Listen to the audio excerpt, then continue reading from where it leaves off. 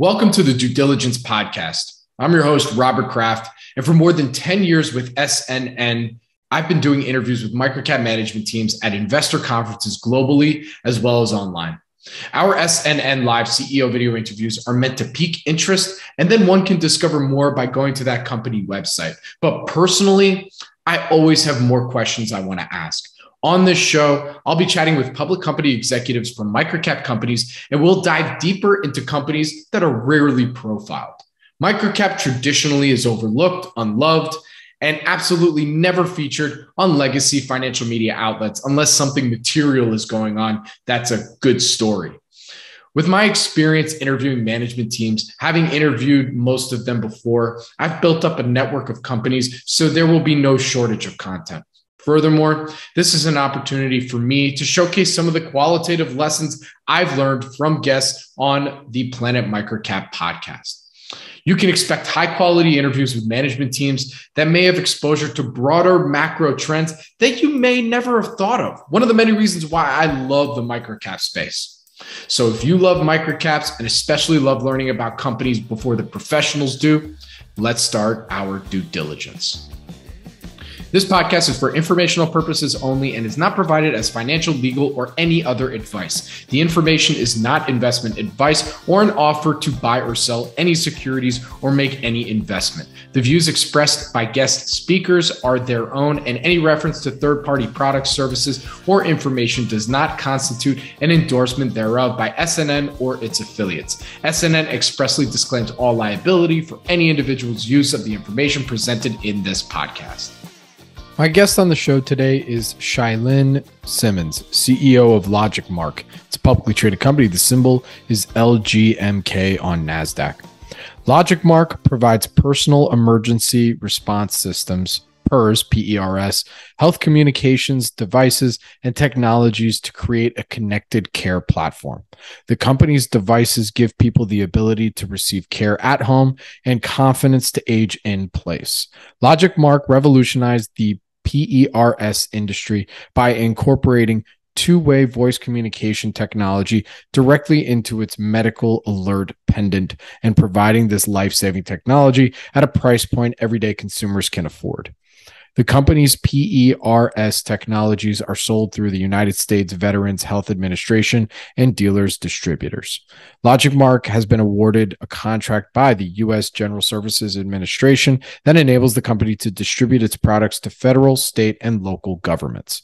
I recently met Chia-Lin at a conference and wanted to have her on to discuss the company's turnaround strategy and pivoting to LogicMark from NXTID, LogicMark's current products and ultimate goal of becoming a caring platform as a service company, working with government institutions, in particular with the Veterans Health Administration, and the nature of that relationship, and the company's path to profitability. With that, please enjoy my conversation with Chia-Lin Simmons, CEO of LogicMark. Chia-Lin, thank you so much for joining me today. How are you doing? I'm doing great, Robert. Great to be here. Thanks. Absolutely. Look, it's a long time no see, right? I mean, we just recently did a CEO video interview, short form, that 5 to 8 minute one, out in Chicago, and I just appreciate you jumping on here so that we can dive a little deeper. Had so much fun. I was ready for jumping back on board and chatting with you again. Absolutely. I mean, look, what's interesting to me and why I wanted to invite you on here is that LogicMark is that classic microcap turnaround story, and that's something that I really wanted to showcase on here to give folks more perspective on, how sometimes the path is, well, most of the time it's not linear, not even in the slightest. So to start us off, can you provide us that one line that best describes LogicMark? Sure. I tell a lot of people I've fallen and I can't get up business, right? Which often is unsexy. And for those folks who grew up in the 80s, it's that classic ad at, 11 o'clock at night and, on television with that poor old lady who's fallen in her kitchen and, and she's saying, help, I've fallen, I can't get up. And so pretty classic old school seeming type of business. So. Very good. All right. So let's dig into a little bit of the history. As I said, it's kind of a bit of a turnaround story. In fact, I actually interviewed the company previously that I believe that the company, I think I'm blanking a little bit, but I guess it was bought, I actually interviewed NXT ID a few years back. So let's get that history and how the company got to where it's at today. Sure. So LogicMark in its sort of first formation was an LLC that was created in December of 2005 from an amazing sort of entrepreneur technologist. I believe he's the guy who created that sort of remote engine start. So a lot of us have to, have him to think when you're cold and you're trying to start your car, in the snow before you head into it. So he formed this company in 2005, December 2005. And NextID, as you knew it, with Gino as the CEO, was formed in actually February of 2012. And so NextID went public on the NASDAQ in August of 2013. And then it had been sort of structured as a bit of a holding company with a couple of different disparate pieces in, biometrics and fintech. And then in July of 2016, interestingly enough, NextID basically then acquires LogicMark LLC. And and it becomes part of that sort of holding company under NextID on the NASDAQ. And so around the time, September 2019, basically, it was fairly clear for NextID that the only portion of the company that was really making any real money was LogicMark, and it was doing really well. It had been, we could talk a little bit about sort of our relationship with the Veterans Administration, but doing really well. And so in around September 2019, they spun off a whole bunch of different unrelated businesses that they decided not to move forward with. They had something called the Walk-It, which did not launch, and then they had purchased a company and then spun off and sold off something called FitPay to Garmin. And so that piece sort of happened around September 2019. And so around June of 2021, I was brought on board by the board of NextID to basically really pivot the company. LogicMark was really the sole portion of the company by then. And, it really was suffering from a very difficult sort of period of time coming out of COVID, right? So, and my job was to come in here and not just really trying to revitalize the company's revenue, but really put some new energy and life back into it. And I was excited to join because it seems, again, it's the I fall and I can't get up business. So seemingly extremely unsexy business, but quite candidly, I think it's pretty sexy. And it's sexy because it's a great opportunity from a revenue perspective. There's, really, cool things that can happen around sort of the tech pieces that we can talk about. And so that's sort of where we were. And around, February of this year, we decided, why are we holding on to the name NextID, which is confusing everybody? Because again, much like a lot of folks that cover this company as NextID, it was very confusing for them. Are you biometrics? Are you fintech? Every time cryptocurrency went up, the company's stock went up for some darn reason. It was because it was still associated with that sort of holding company side. And so we decided to basically rename the company and, change the stock symbol as well to match that. And, really signal to the street directionally where the company was going. Absolutely. All right. So for those, let's take a step back too. Let's talk about the current product line as well. Because I, by the way, thank you for that full history. And from a corporate perspective, understanding okay, this is kind of where we're at and this is how we're moving forward. So the real turnaround was really this idea of, okay, we're in the biometrics kind of, crypto adjacent space to medtech, right? To really this sort of category of what we call sort of the care economy, right?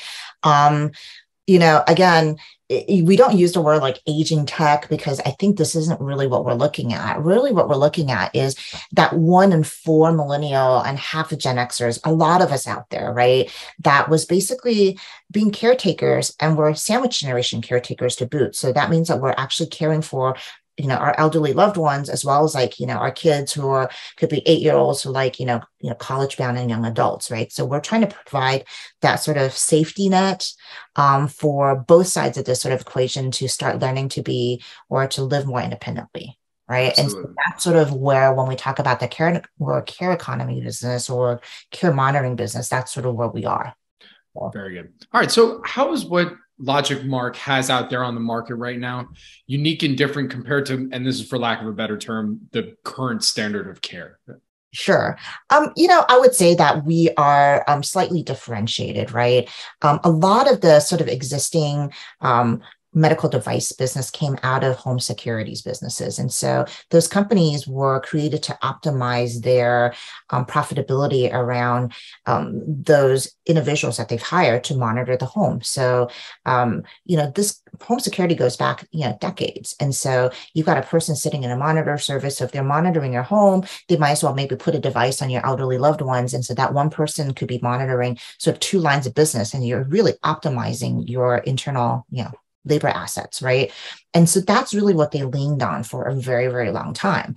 And so that means that for anybody who's using these devices, they're paying back in when we started in 2005, they were paying something like $40, $50 in those, going that far back, that's really quite expensive. And a lot of people didn't have subscriptions. I mean, we live in a world where everybody has like a Netflix account, right? Or Hulu account or Disney Plus.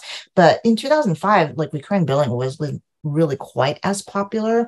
And if you look at this target audience, of the elderly, a lot of them are on fixed income or low income. So that idea of having this expensive recurring billing just to feel safe and secure seems just like an awful idea. So when we came along, we put together, a product that did not need to have a recurring billing. You buy the product completely transparent. You get what you pay for, and then whenever you need it, you push the button and it dials you to 911. You don't get proxy by a monitor service trying to figure out what you need. You click on it, 911 is who you talk to, right? And these things, because they're not constantly pinging and making calls and to, like a cell phone call, it actually has amazing charge. And so they last, on one charge anywhere between 6 months to, 12 months. And so for the elder, sort of audience that we had, it's a godsend because they don't always remember to charge. And so we also were one of the first to sort of create that sort of two-way discussions, pendant, and to also make it so that when you sort of wear it, you don't have to, if the battery is low, it'll literally say your battery's low. It will just sort of voice activate and talk to you, right? Again, very helpful to basically a lot of the customers that we had. And so that sort of revolutionary step of saying look, you don't need to pay a monthly step really put us on a map. And we then began to sort of work with the Veterans Administration, which is the largest hospital network in the United States. And we've continued to have that great relationship to this day. So let's tell us a little bit more about that. How did that come about? How did that relationship start? And when you say you had that relationship, what does that exactly mean? Sure. So we've been servicing the Veterans Administration going back, I think, to 2007. So, this predates, this thing called the GSA contract, which is sort of where the federal government comes in and basically negotiates with, vendors and suppliers and companies like us to set a standard price for across all of the federal agencies. And so each of the agencies sort of, made their own direct relationships with the vendors that they wanted prior to that. So we actually had a relationship in a contract with the Veterans Administration. And so that meant that we sold our products to the Veterans Administration, and then they gave those products away for free to the veterans. And so, in fact, the people who were paying for the products weren't, in fact, the veterans themselves, but actually was the hospital network. And so, they paid us for the product. They paid us to help the veterans set up the products. And so it has been and continues to be a really wonderful relationship. And then July of last year, we went and also obtained a GSA contract, which allows us to sell not just to the Veterans Administration at a very nice price, but also to other federal agencies, and in our particular case as well, into states and municipalities where there's a lot of opportunity and money that is being held by those state and municipal sort of government to help, seniors age in place. Absolutely. And if you don't mind me asking this question, please tell me to, shove off if you, but how much does that portion of the business make up as a percentage of revenues, that relationship?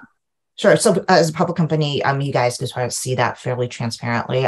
It makes up about, I want to say today, a good chunk of our business runs in a Veterans Administration, probably somewhere around 80 to 85. Don't quote me on that. Please go and check out, our public filings for that. But again, anything I say here, please, we're a public company, go take a look at those. But I would say probably roughly around 80 to 85%.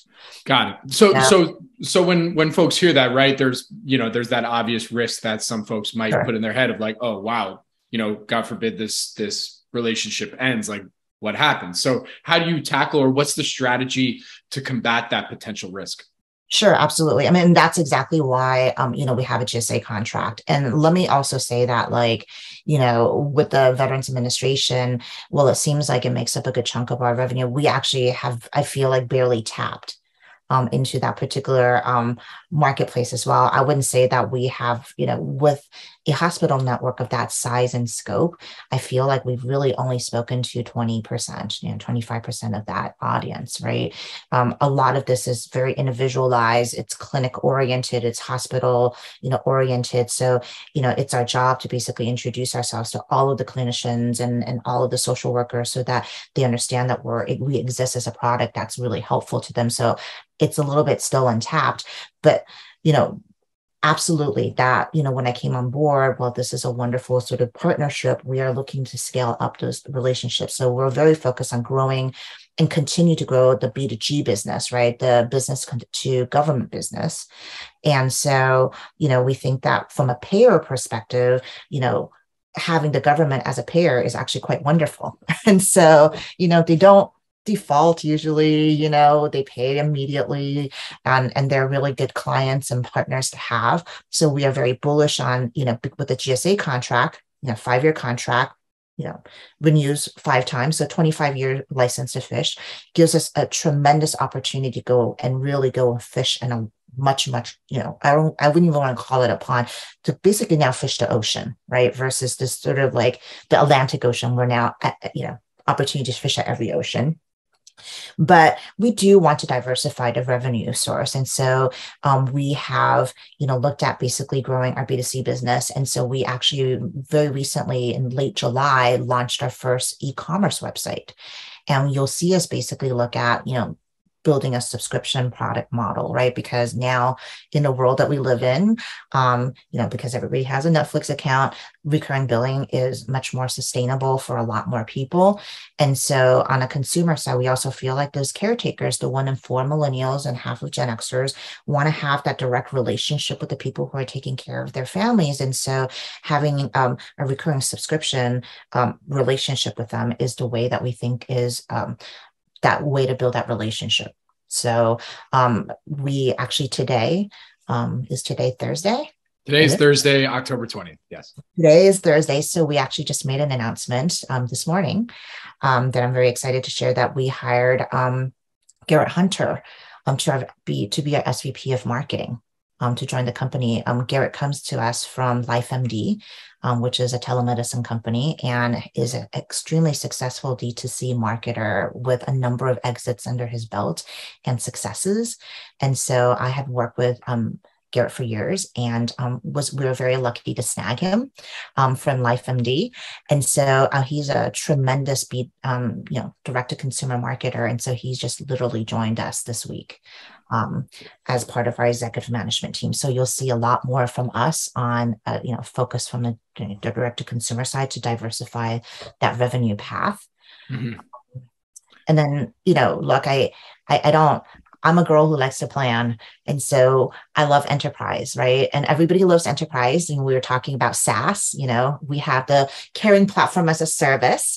And so we really believe that, the enterprise business is also a tremendous one to sort of go after. There's in-home care. There is retirement communities, hospital networks.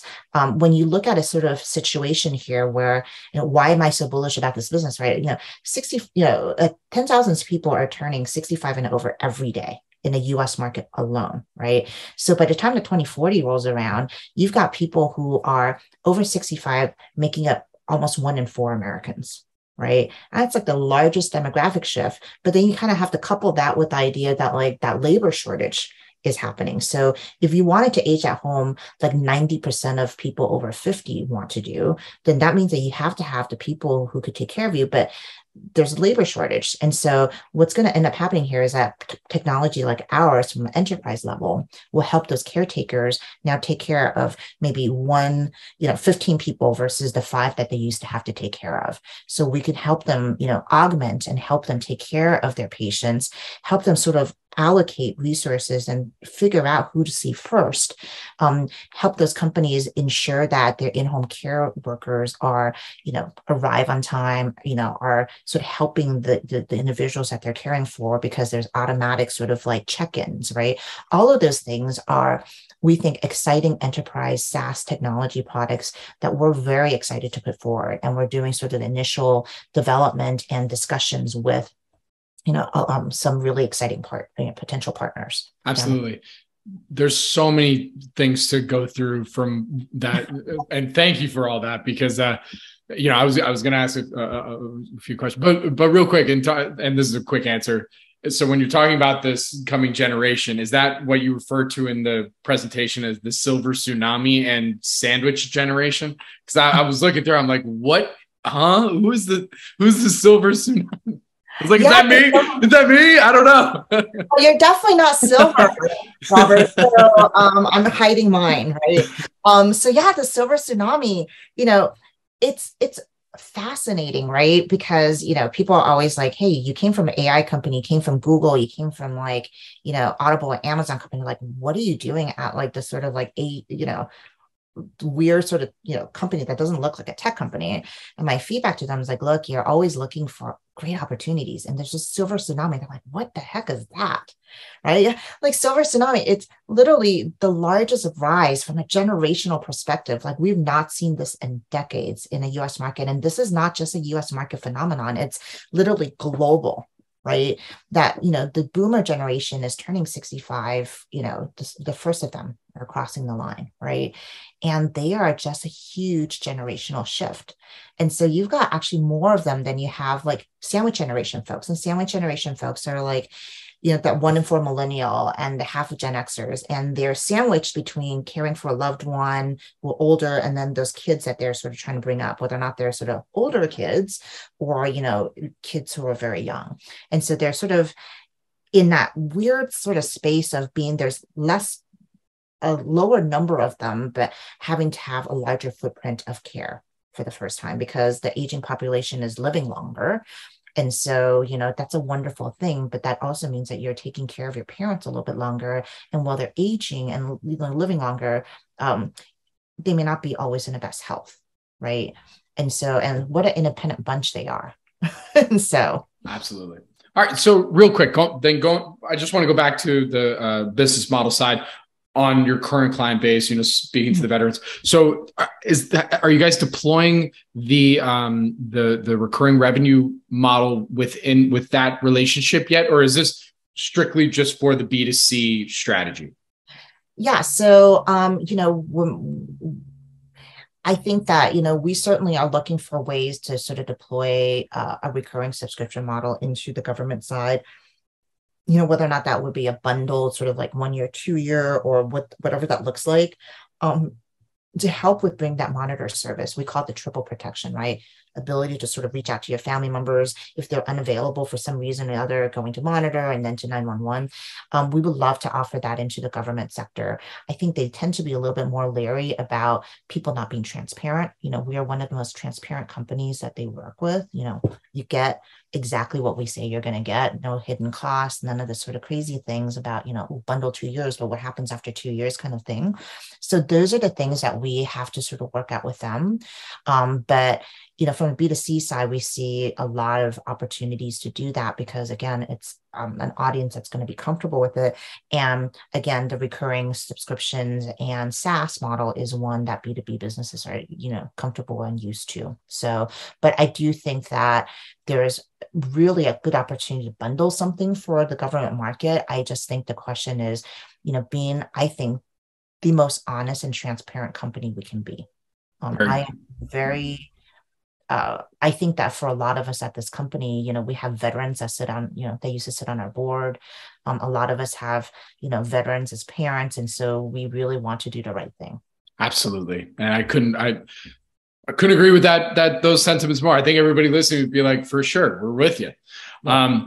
So let's talk about the company's moat, right? Because as it exists right now, I mean, it's a relatively, with all intents and purposes, and no disrespect, it's a simple device, right? It's a simple, hey, I need help. You come and help me type device, right? Mm-hmm. So what's stopping, let's say, you continue to get market share, you're continuing to get more government contracts. Let's even say, hopefully, for the sake of the company and its shareholders, the B2C, launch is very successful. What's stopping, a whale in the space from saying, hey, they're just doing this little, simple device thing here, click that, go, and then them just coming in and swallowing you up, not necessarily an acquisition, but just going in to compete. What's the company's strategy to combat some of that potential coming in? I think that's a really great question. So look, I mean, it's funny because those whales, quote unquote, out there, we're the only public pure play in this category space. And so our public company competitors are companies like Lively, ADT, and, their core business is home securities and retail, right? So these are small divisions within the corporation, and they're not technology innovators at all, zero. Like, I mean, really, there's just nowhere near that. And so, and I think this would 100% be true if we were just creating like what we've had in the past, which is, okay, so the only difference is that we connect you to a few people, and then that's it. What's exciting and why I was brought on board is that we're really trying to completely transform this industry, because I think that it's kind of gotten left behind in the last 35 years, where the rest of, every other industry has evolved. This is sort of like the industry that got left behind for 35 years. I come out of a, IoT, machine learning, AI sort of technology background. And so, somehow all of this sort of exciting innovations in IoT, wonderful wearables, AI, ML completely bypass this industry. And what we're doing is we're bringing all of that into this industry and then some. And, quite honestly, we're sharky when it comes to patents. I'm a lapsed lawyer, I guess, for lack of a better word. I'm a licensed attorney in the state of New York. I did spend some time at the U.S. Patent and Trademark Office as a legal intern. And, one of the things that spent 26 plus years in the tech industry helping build out patents. And so hired the VP of engineering on that has, worked on a number of patents and issued patents. And so one of the first things we did was, in the past year that we've been here, already filed 5 provisional patents and valuable patents to basically block off competitors in the space. And we're building technology, not just about trying to get people help faster, but actually getting to predictive analytics, right? Trying to prevent those falls. And that's where we all need to get to, that these technology can't just be, kind of like a random, like walkie-talkie that you wear around your neck. It has to actually be a device that is actually helping to prevent more falls, to help your caretakers get to a state where they can actually help you, get more mobility, get more active, prevent falls, any number of these sort of situations from a healthcare perspective. I mean, really, it sounds like, where the company's at in its life cycle, post turnaround, it sounds like you're in like correct me if I'm wrong, and I'm going to use a baseball analogy. I mean, you're in the top of the first with maybe 2 outs, right? I mean, we're just kind of starting off with traditional PERS technology as kind of the razor blade, or sorry, the razor. And then there's everything else that's coming down the road. Yeah. I am horrible with baseball analogies, but I'm going to give this a whirl. It's very early. I'll put it like that. Very early. Okay. It's very early in the innings for sure. I would say that, we're in the first or second sort of inning of this game, and we've got 2 men on base, right? And we're about to get our big slugger, to come on. And so we're feeling pretty good. Maybe we'll put one more guy on the base, but our guy who's coming, and in our particular case, that big swinger is, the new hardware products and, technology products that we're launching very soon. And we're so excited about it. It looks nothing like what we're seeing out in the market from other providers. It's visually, feel, experiential, all of it radically different than anything that's out in the market. Absolutely. So actually in the presentation, you talk about how COVID-19 really changed just the healthcare space, especially the care space in particular. And, how would you say COVID-19 affected the company? What were the issues and how did the company overcome some of what could have been, a death knell? Yeah, no, I think that's a really good question. I think that all of us suffered tremendously as companies during COVID. So much uncertainty, not just for ourselves individually, but for the market itself. And in our particular case, when you've got COVID cases rolling into a vulnerable population, the hospital shut down, and so you have to look at our products for the Veterans Administration side as they prescribe them the way that you prescribe drugs. In order to get prescribed anything, you really have to be able to sort of see a doctor and then prescribe it to you, right? And so when the hospital networks and the clinic shut down, it really kind of, really hit us hard from a revenue perspective. But we really, it's inspiring to be in this company and to come on as a CEO, because I've never seen a group of employees with more heart. They knew that people in isolation was not a great thing. Things could happen. And so, nothing like a tireless, sales individuals. And a big call out to one of our top salespeople, Kathy. Like, she was tireless. Her mission is to help the veterans. And so she called and called and called, even at a time when the hospital networks are shut down, to make sure that all of the clinics had what they needed to help. And, worked out telemedicine sort of, abilities to basically help the clinicians understand the product so that they can actually, in fact, then set up telemedicine meetings with these veterans to get these devices into their hands. And so, I have to applaud the Veterans Administration staff and administration for, being shut down and still making sure that their, elder veterans were taken care of, and for the staff of this company, right? That really persevered. And we've really faced a couple different things. I mean, we're like a federal contractor, so we actually all had to be, vaccinated, right? This is not necessarily the early days, something that everybody felt comfortable with. So we persevere through that. Being, I think, remote, in this particular space, and it's really worked well for us. And so that's a model that we're in, and that's worked out well as well. Absolutely. All right. So this is my next question here is something I ask everybody on here, and it's very actually timely, because we actually just met at an investor conference where I'm sure you had some one-on-ones. You're getting out there, public company, talking to investors. So what would you say that investors maybe still get confused about, even after maybe seeing the presentation, doing a quick kind of look at the company and everything like that? What do they still get confused about, and what are they frequently asking you? Yeah, well, besides the fact that you guys were Next ID and what's this thing called a Walk-It, outside of those things, right? So I hopefully I was able to dispatch with those questions fairly quickly. I think the piece that really always sort of confounds people, and then maybe it's because for some of the investors who are just kind of getting into a situation where they have those aging parents, and it's actually ironically a very small number of those. The question is there really a big marketplace? But to be candid, I think that the biggest concern and the questions people always have is, what's the sort of, defensibility of the technology? Everybody, actually, ironically, most people, when we talk to them, and we're analysts and investors, they all get it. What's really a wonderful sort of opportunity with this company is that when you tell people what you're trying to do, people immediately get, we want to help our elderly. We want to get them help faster so they can be safer. And we want to, prevent a fall. All very understandable. And then everybody has their own personal story, right? My father has fallen. My father-in-law has fallen. And so we have no problems for people to understand what our mission and what we're trying to achieve is. I think the biggest portion is, in a technology world that we live in today, there's a lot of crossovers. Like, what about the iWatch is really the number one question I I get asked, right? Well, wouldn't the iWatch come in and sort of like decimate your business, right? And I always laugh because I'm just like, are you wearing an iWatch? Is that thing trying to call 911 right now? Right. That's actually one of the most prevalent. So like literally, I could not have set it up better, right? Like I was telling you, I was on a Zoom experience with an analyst and he's like, excuse me if I look like I'm looking at my watch, but for some reason, my new iWatch keeps on trying to dial 911. And he's got a lot of hand movements. I'm kind of a hand movement kind of gal too. So, but it was triggering the fall detection on his iWatch. Right.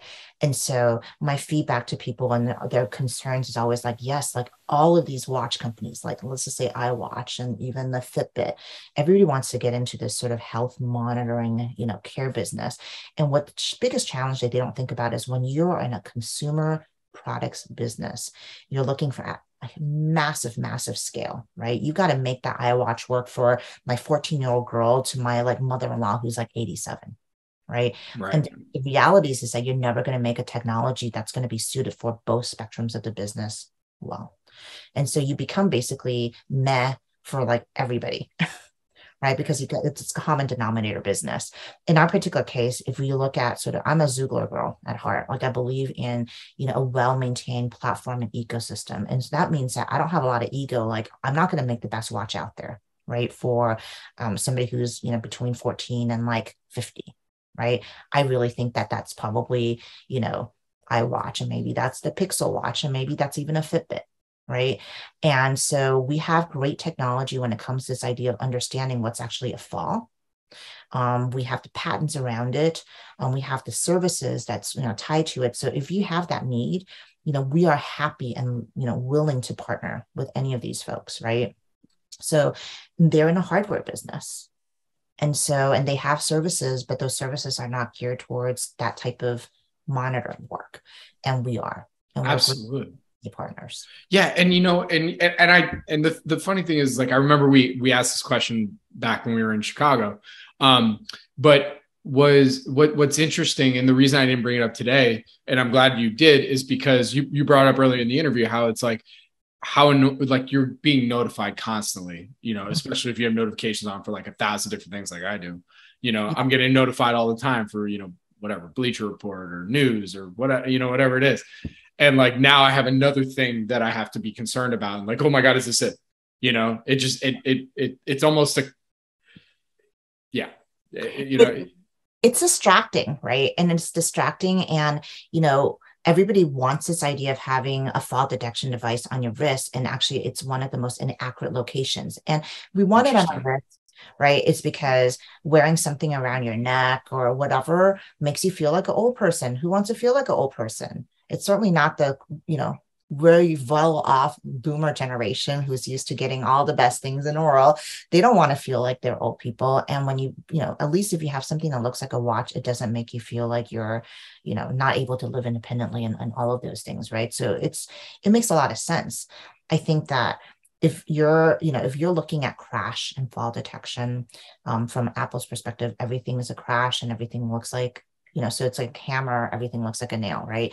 Our interest is that the reality of the world that we live in as an individual is that sometimes you do have things that you're doing that looks like a fall, right? But it's not a fall. And so the technology has to be smart. It has to have ML, and AI to say that, today, Shailin, like that looks like a fall. Are you okay? Yes. Tuesday, 10 o'clock. I'm doing yoga. I'm fine. I'm okay. Happens again on Thursday. Make a call to you and say, hey, are you okay? Yep, just doing yoga. Boom. So now we gotta be better as a company. Say like Tuesdays and Thursdays, all of the factors check off, but this is actually not. And so now that we're learning your routine, we don't ping you every time. And that's the problem with the systems as they are today. So they care more about all of these boxes are checks. And so therefore it's a fall versus this is a learning system. Your digital twin within our ecosystem, it has to learn that this is your routine. And that way, when they learn your routine and you're off your routine, then we know something is wrong, right? Right. I don't think that that's really what they're building. And I think that is 100% what we care about. Are you deviating from the patterns of your digital twin? And then does your digital twin match with the aggregate of other people's digital twin? Are there things that we're seeing in terms of patterns that we should be concerned about, because the outcomes for these, individuals was a fall 3 months later after this pattern, right? Absolutely. That's bringing really innovative technology into an industry that really, really needs it. 100%. So another question that I have for you, went through the financials a little bit. We see that the company is not, not profitable yet. So would love to know from your perspective, what is the company's path to profitability at this point? Sure. I think that's very valid. I mean, at one point, we were about to be break even, and we got there because, we were really struggling on the revenue side because of COVID. And, we're getting there. And then we just didn't invest in building new products. When we inherited the company in 2021, we had zero product pipeline. I think we had like a half-baked product and, that was in a pipeline, nothing else. And so, when you're a tech company, you really need to have product pipeline. You have to have a portfolio of things that people want. And so it's taken us, these past, over a year to basically build that product pipeline. We're not talking about building just software, even though we're going to be a SaaS or CPaaS and software leading company, but we're still building proprietary hardware technology to boot, as well as patented AI ML. Those things don't come out of thin air. It takes time to build those things out. For us, you'll see us basically move towards, product launches and starting to launch our new products, towards the end of the year, beginning next year. And when we look at profitability, we are in, building mode. So we are not break even, and we are in building mode. You'll see us basically, still be in building mode, probably, closer to, mid next year. But then, what we're trying to build out in terms of the channels, right? Increasing our B2G, channels, bringing in, the resources for our direct to consumer channel, building out a B2B channel, and that's the technology infrastructure to support that people want. We feel like we're, from a profitability point of view, then we're getting closer to, going down that path, And beyond saying that, I think that that's the best guidance we can have, given that we're a public company and none of us want to get arrested, right? So, we are in a building mode. As you've mentioned, companies like microcaps, there's always a lot of pivots, and it's not a straight road to, success always, right? We're at a very, very big inflection point at this company. So Chia-Lin, this leads me to my next question. And from what you can tell us, in your opinion, where would you like to see the company in 3 to 5 years? And what would you say are some of the inflection points that will get you there? Sure. Look, I think, we are, and I've said it before and I'll say it again, we are a startup with a ticker symbol, right? For all intents and purposes, we look like a Series A company in terms of revenue size, but we are a public company with a tremendous amount of transparency. I would love to see this company, move on a trajectory of a, classic Series A, Silicon Valley startup, right? For the investors, I mean, that's obviously great news because, we believe that we're a fast growth company, tech company, right? We have all the benefits of being a public company and all the negatives, of course, of being a public company. But what we are is a startup. And so I'd like to see this company. I mean, which startup can really predict what 3 to 5 year looks like in the world that we live in as a technology startup?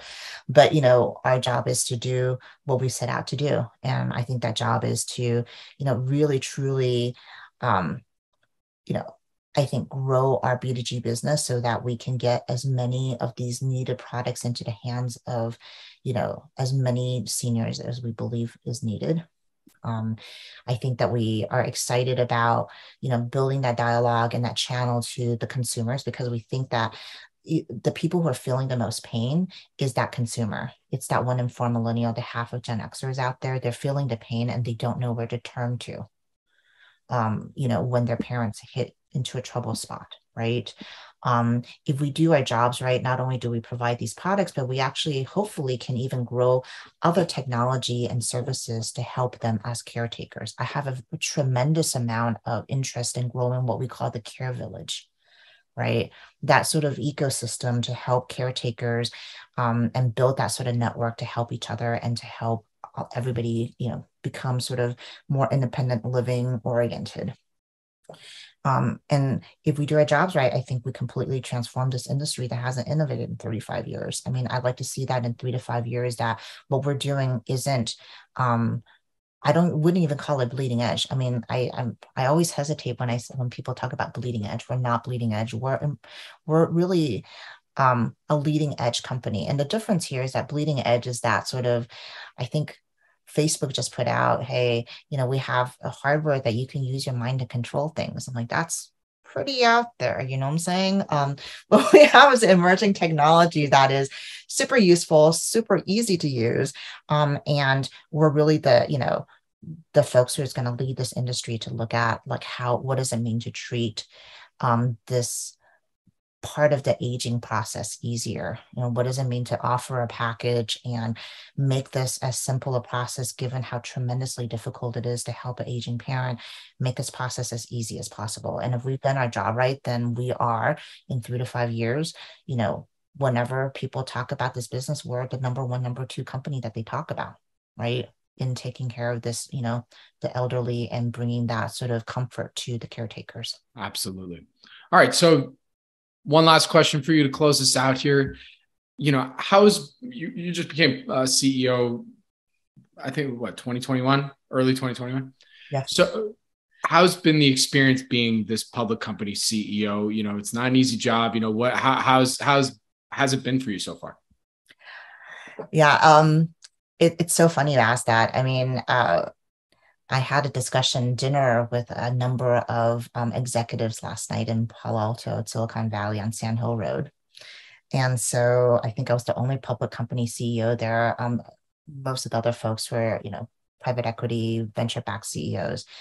And so what was sort of interesting here is but we actually had a very similar trajectory.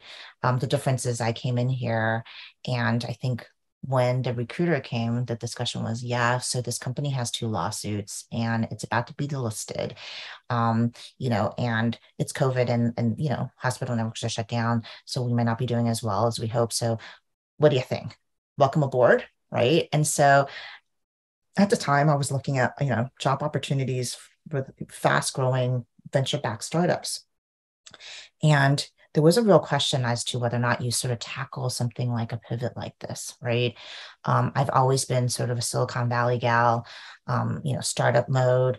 I've done my stints at public companies as an exec, but, this seemed like, a very big pivot. But it has been the single most amazing experience in my career. I think that if you really believe that there's a marketplace and a real need for your product, there's nothing more exciting, I think, as a CEO, to sort of know that there's an audience that really needs your product out there. And honestly, I think that, I'm ultimately a geek, right? I think that I'm excited by revenue because I'm a CEO. Like, I like to drive revenue. Revenue's, awesome. And if you know that you have a silver tsunami of customers that you can get at, like, that makes everybody's heart palpitate. But ultimately, I'm also a geek. And so the technology build that we're trying to do here, what we're trying to provide into the marketplace, it excites me because I love, when we can innovate an entire industry, right? And I love that we're going to be that company. And it's exciting to be the CEO of a company that's going to be leading in changing how people look at that sort of industry, so that we're no longer the I've fallen and can't get up business, right? Because that's, there's always a little part of me is like, we got to put out an ad that kind of riffs on that, right? Like more millennial, Gen X style on that. But it's exciting. It's been a wonderful ride to be at this company because, again, it's a company with a great mission.